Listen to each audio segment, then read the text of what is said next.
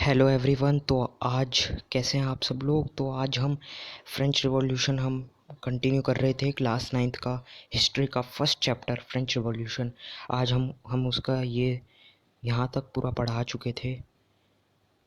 हमने पहले सबसे पहली वीडियो में इसका इंट्रोडक्शन दिया था और इसकी फ्रेंच सोसाइटी के बारे में भी बताया था, और सर्वाइव टू स्ट्रगल और growing middle class and wages and to privileges हमने दूसरी वीडियो में बताया था। और अब ये तीसरी वीडियो में बहुत इम्पॉर्टेंट वीडियो है, बहुत बहुत इम्पॉर्टेंट वीडियो है। इसका टॉपिक ही ये है, द आउटब्रेक ऑफ रिवॉल्यूशन, यानी कि रिवॉल्यूशन कैसे हुआ वो हमें यहीं से शुरू होगा, यहीं से पता चलेगा रिवॉल्यूशन के बारे में। तो चलिए शुरू करते हैं। The Louis 16 had to increase taxes for reason you have learned in the previous section.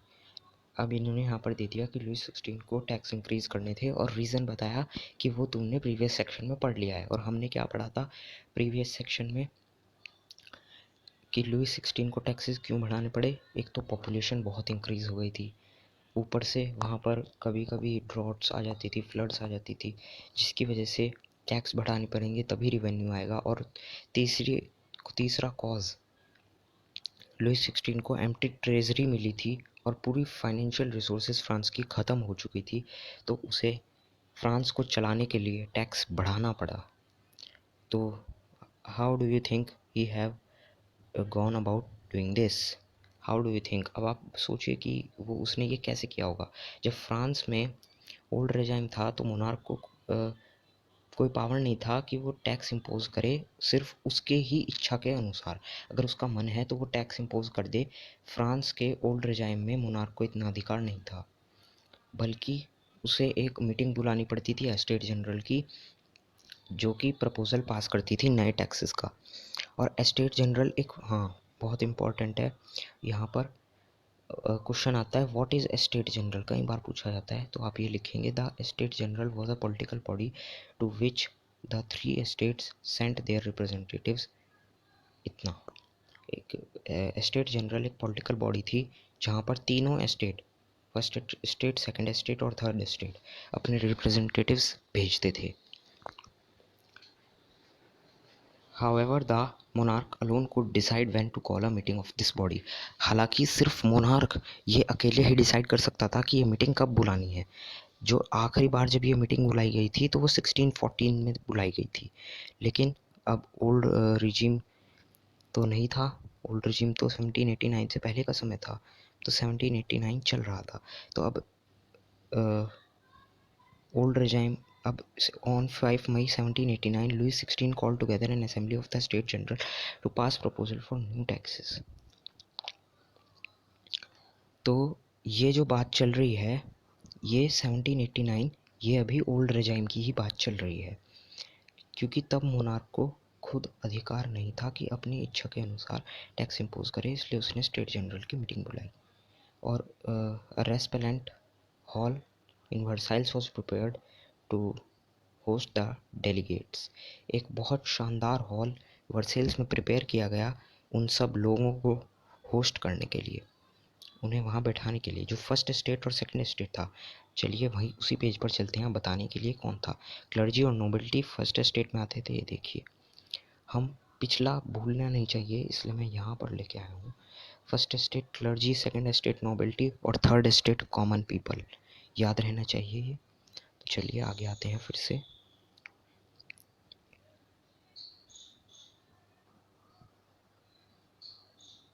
ये रहा, the first and second state sent 300 representatives each, यानी फर्स्ट स्टेट ने भी 300 और सेकंड स्टेट ने भी 300 रिप्रेजेंटेटिव भेजे, और जो कि रोज़ में बैठे थे facing each other, while the 600 member on third state had to stand at the back।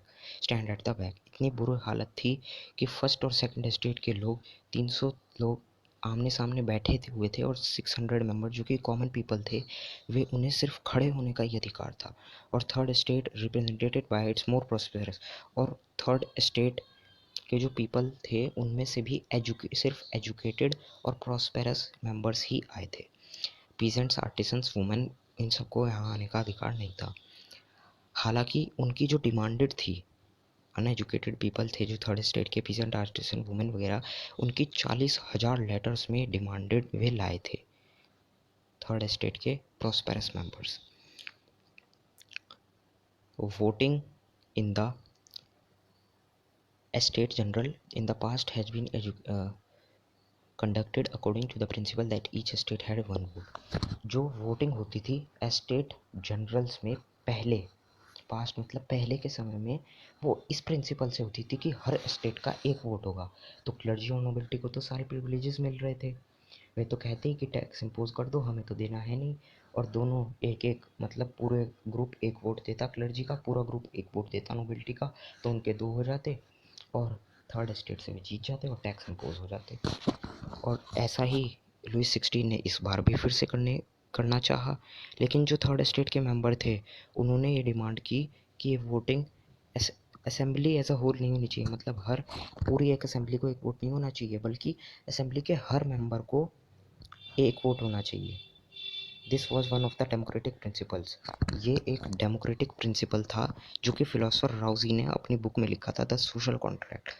लोगों ने इस फिलोसोफर की बुक द सोशल कॉन्ट्रैक्ट पढ़ी और इससे इन्फ्लुएंस हुए और जागरूक हुए कि हमारे साथ गलत हो रहा है, और उन्होंने ये डेमोक्रेटिक प्रिंसिपल लुईस 16 को के सामने रखा कि हम ऐसे नहीं मानेंगे, हर पीपल को एक वोट दो, पूरे ग्रुप को एक वोट मत दो। When the king rejected this proposal, जब किंग ने ये करने को मना कर दिया तो जो थर्ड स्टेट के मेंबर थे वे गुस्से में वहाँ से निकल गए, और जो थर्ड स्टेट के मेंबर्स थे उन्होंने खुद को एक स्पोकमैन देखा, यानी कि एक स्पीच बोलने वाला देखा for the whole French nation, पूरे फ्रेंच नेशन के लिए।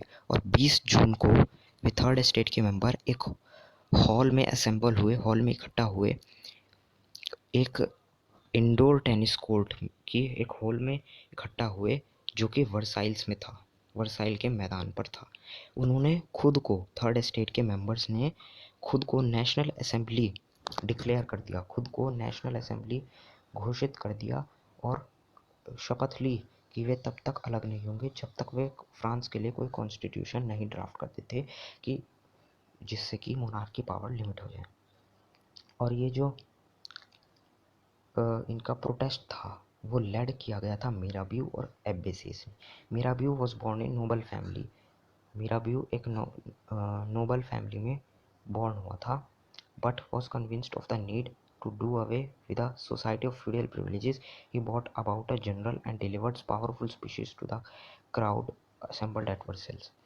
ये मीराबियो और अब्बेसेस ने इनका ग्रुप लीड किया, इन्हें बताया, और थर्ड स्टेट के पीपल को जब वे टेनिस कोर्ट उतले रहे थे तो उनके लीडर मीराबियो और एब्बेसीस थे।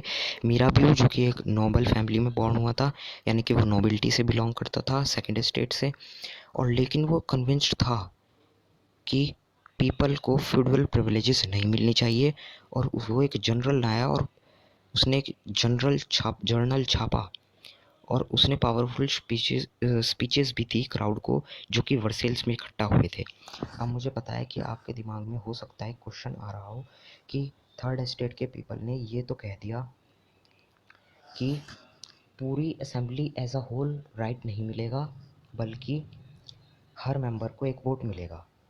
बात सही है, और लेकिन फर्स्ट और सेकंड स्टेट के 300 रिप्रेजेंटेटिव्स थे और थर्ड स्टेट के 600 थे, तो अगर हर पीपल को एक वोट भी मिलेगा तो वे 300 + 300 600, और थर्ड स्टेट के भी 600, तो फिर तो टाई हो जाएगा।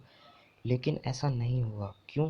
क्योंकि अभी बताया कि जो मीराबियो और एबेसिस जो थर्ड स्टेट के ग्रुप को लीड कर रहे थे, वे खुद एक नोबल फैमिली से था मीराबियो, और वो थर्ड स्टेट के साथ था, तो इसलिए थर्ड स्टेट फिर जीत सकता था अगर ईच मेंबर ईच वोट मिलता अकॉर्डिंग टू डेमोक्रेसी। और आगे देखिए, आबेसिस जो कि एक प्रीस्ट था, एक पंडित था, उसने एक इन्फ्लुएंशियल पैम्पलेट लिखा, what is third state, third state के बारे में उसने एक पैम्पलेट लिखा, व्हाट इज़ थर्ड स्टेट। और while the national assembly was busy, जब ये नेशनल असेंबली थर्ड स्टेट के पीपल बिजी थे वर्सेल्स में कॉन्स्टिट्यूशन ड्राफ्ट करने के लिए, तो पूरा रेस्ट ऑफ द फ्रांच था वो सीथ विद टर्मोइल, वो मतलब हड़दबड़ में आ गया था। हबड़ा दबड़ी होने लगी थी हर जगह। सब लोग इधर से उधर भागते फिर रहे थे क्योंकि एक सीवर विंटर, बहुत खतरनाक सर्दी पड़ी जिससे बहुत ख़राब फसल उगी और जो ब्रेड के प्राइस थे वो रोज़ हो गए। और जो बेकर्स थे कभी कभी वे भी सिचुएशन को और ख़राब कर देते थे और सप्लाईज नहीं आ पाती थी। After spending hours in long queues at the bakery, बहुत ज़्यादा घंटे बेकरी में गुजारने के बाद जो क्राउड था एंग्री वुमेन का, वो शॉप्स में स्टॉर्म इन द शॉप्स, मतलब स्टॉर्म शॉप्स में घुस गया। और उसी समय किंग्स ने ट्रूप्स को ऑर्डर कर दिया to move in the Paris. ये ऐसी ख़राब सिचुएशन को देखते हुए उसने सेना को आदेश दे दिया कि पेरिस में जाओ और सिचुएशन संभालो। लेकिन 14 जुलाई को जो ये गुस्से वाली क्राउड थी, ये उसने यहीं पे फ्रेंच रिवॉल्यूशन शुरू हुआ और उसने stormed and destroyed the Bastille. उसने पूरा तरह बेस्टिल फोर्ट, जो कि बेस्टिल एक किला और जेल था, उसे तबाह करके ख़त्म कर दिया। मैंने पहली वीडियो में भी इसके बारे में बताया था, इंट्रोडक्शन, ब्रीफ इंट्रोडक्शन दिया था पहली वीडियो में, उसे आप ज़रूर देखिएगा उससे, और दूसरी वीडियो भी ज़रूर देखिएगा। इन दोनों वीडियो को देखकर आपको बहुत अच्छे से समझ में आ जाएगा। और जो तीसरी वीडियो है इससे बहुत बहुत बढ़िया तरीके से आपका अच्छे से शुरू हो जाएगा फ्रेंच रिवॉल्यूशन समझने। और अब फ्रेंच रिवॉल्यूशन के कारण सुनिए, क्या क्या कारण थे। एक कारण तो था कि after spending long hours in bakery, crowd जो थी एंग्री वुमेन का, वो जो वुमेन थी वो एंग्री हो गई थी बहुत ज़्यादा। और सीवर विंटर से बैड हार्वेस्ट आ गई थी जिससे ब्रेड के प्राइस लूज हो गए थे। ये दो तो बहुत छोटे कारण हैं। बड़ा कारण ये था कि यहाँ पर देखिए कि मैंने आपको पहली वीडियो में बताया था कि टैक्स इम्पोज हुए। बड़ा कारण जो मैं बता रहा हूँ फ्रेंच रिवॉल्यूशन का, वो टैक्स इम्पोज हुए। टैक्स क्यों इम्पोज हुए? एम्प्टी ट्रेजरी मिली। एम्प्टी ट्रेजरी क्यों मिली ये मैं सब आपको फर्स्ट वीडियो में भी बता चुका हूँ, लेकिन फिर भी थोड़ा सा बता देता हूँ। एम्प्टी ट्रेजरी इसलिए मिली थी, लुई 16 को खाली खजाना इसलिए मिला था कि खजाना खाली इसलिए था जब वो आया था राजगद्दी पर, क्योंकि बहुत ज़्यादा लड़ाइयाँ लड़ चुका था फ्रांस। वे बहुत आरामदायक ज़िंदगी जीते थे, बहुत लग्जरियस लाइफ जीते थे। और फ्रांस ने अमेरिका की 13 कॉलोनीज़ को ब्रिटेन से आज़ादी दिलवाने में मदद की थी।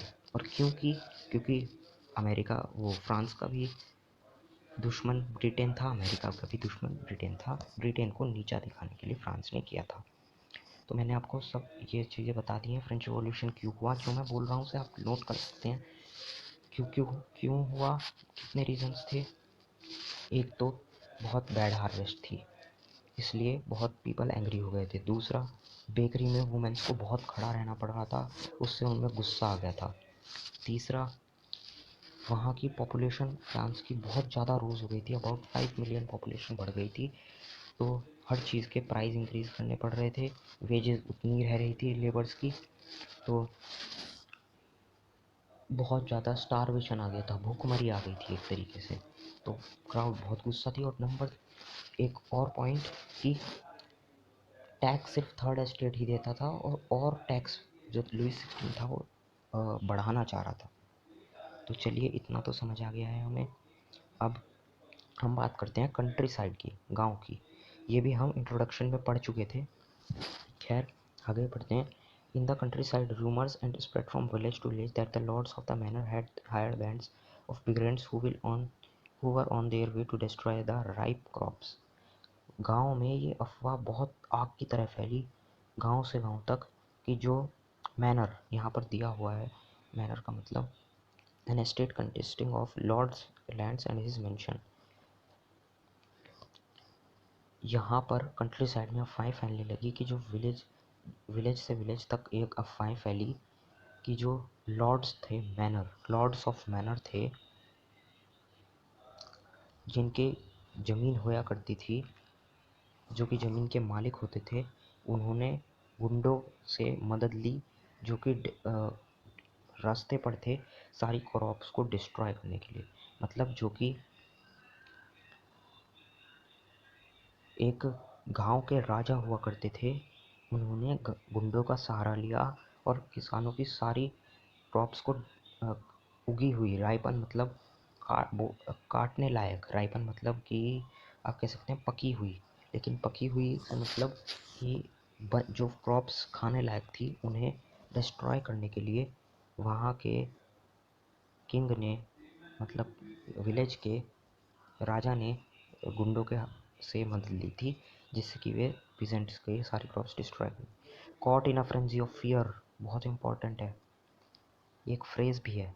Cot in a frenzy of fear peasants in several districts seized hoes and pitchforks and attack chateaux. मतलब समझिए इसका, पीजेंट्स जो वहाँ के किसान थे वे बहुत ज़्यादा डर में आ गए थे, और जो कुछ डिस्ट्रिक्ट्स के पीजेंट्स थे उन्होंने seized hoes and pitchforks and attacks chateaux. उन्होंने बहुत गुस्से में इकट्ठा हुए और उन्होंने वहाँ के नोबल मैन के कैसल और स्टेटली रेजिडेंस को अटैक कर दिया और सारी ग्रेन्स लूट ली, सारे डॉक्यूमेंट्स बर्न कर दिए।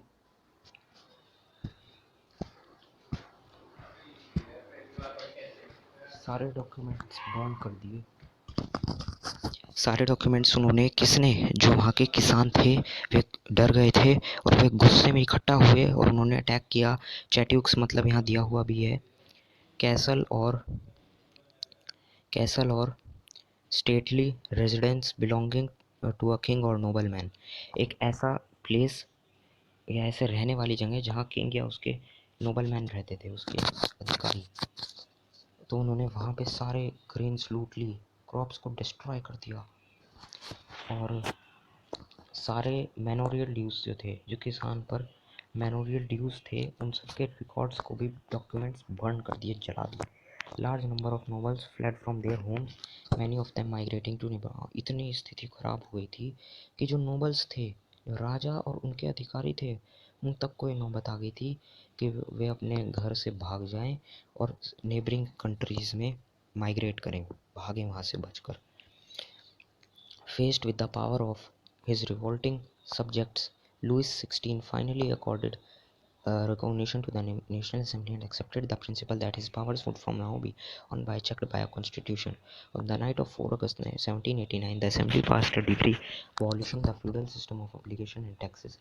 Members of the clergy were forced to give up their privileges, tithes were abolished, and lands owned by the church were confiscated. As a result, the government acquired assets worth at least 2 billion rivers. तो अब सुनिए ध्यान से क्या हुआ। जब Lewis 16 ने देखा कि अब तो पीजेंट्स, अब तो थर्ड स्टेट के लोग उभर कर आ रहे हैं, अब तो हम खतरे में हैं, हमें भागना पड़ रहा है, तो उसने लुईस 16 ने फाइनली नेशनल असेंबली की सारी बातें मान ली और उसने ये ऐलान कर दिया कि अब उसकी पावर्स, एक मिनट, और सारे उनके जो बातें थी वे मान ली और ये ऐलान कर दिया कि अब उसकी पावर्स चेक की जाएंगी एक कॉन्स्टिट्यूशन द्वारा। और 4 अगस्त 1789 की रात को नेशनल असेंबली ने पास किया एक डिक्री जिसने सारे feudal system of obligation and taxes को ख़त्म कर दिया, यानी कि सारे जो फ्यूडल सिस्टम था, जो सदियों से टैक्स और ऑब्लिगेशन सारी थर्ड स्टेट पर लगती आ रही थी, उसे ख़त्म किया। मेंबर्स ऑफ द क्लर्जी जो थे, क्लर्जी फर्स्ट स्टेट के जो मेंबर्स थे, members of clergy to were force to give up their privileges, उन्हें भी अपनी जो वे थी बेनिफिट्स जो उन्हें मिले आ रहे थे, मतलब प्रिविलेजेस, एग्जेम्पशन फ्रॉम टैक्स, कि टैक्स नहीं देना होगा, ये सब चीज़ों से उन्हें छोड़ना पड़ा। अब से उन्हें भी टैक्स देने होंगे। और जो टीथ्स थी, जो कि चर्च लगाता था टैक्स थर्ड स्टेट पर, वो एबॉलिश किया गया और जो लैंड चर्च के पास थी वो बांट दी गई। एज अ रिज़ल्ट, इसके परिणाम के अनुसार जो गवर्नमेंट थी उसे एटलीस्ट 2 बिलियन लीवर्स का फ़ायदा हो गया, क्योंकि अब सब टैक्स देंगे, प्रिविलेजेस हट जाएंगी, तो अब गवर्नमेंट को फ़ायदा तो होगा ना। फर्स्ट सेकंड थर्ड स्टेट सबसे टैक्स मिलेगा, तो इससे उन्हें फ़ायदा, बेनिफिट मिला और उन्हें एसेट्स मिला, फ़ायदा मिला। वर्थ एटलीस्ट 2 बिलियन लीवर्स का। ठीक है, आशा करता हूँ सब चीज़ें समझ में आई होंगी। और हाँ, ये एक मैप भी है यहाँ पर, स्प्रेड ऑफ ग्रेट फियर। ये मैप बताता है कि कैसे पीजेंट्स के बैंड ने एक पॉइंट से दूसरे पॉइंट तक स्प्रेड हुए। ठीक है, तो यहाँ पर कुछ इम्पोर्टेंट टर्म्स भी हैं, वो भी समझा देता हूँ। तो बता ही दिया था कि किसी नोबल मैन या किंग के रहने का जगह को चेट्यू कहते हैं, और इसका PL डॉट मतलब प्लूरल फॉर्म चेट्यूक्स है, मतलब एक से ज़्यादा चेट्यू को चेट्यूक्स कहेंगे। और मैनर वो होता है estate consisting of lords lands and mansion, एक ऐसी प्लेस जो कि लॉर्ड, जहाँ पर किंग का ज़मीन होती है, उसे कंटेन करने वाली जगह।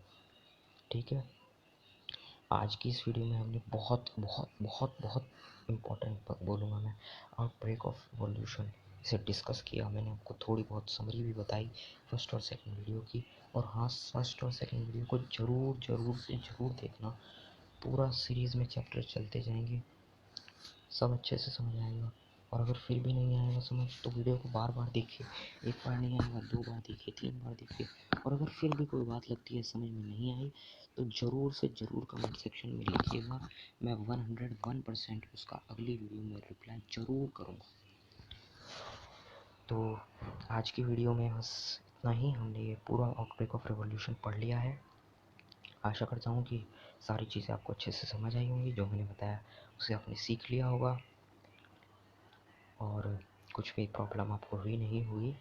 तो thank you so much for watching. Video अच्छी लगी हो तो आप लाइक कर सकते हैं, चैनल को भी सब्सक्राइब कर सकते हैं। मिलते हैं जल्दी नेक्स्ट वीडियो में। Thank you so much for watching, bye.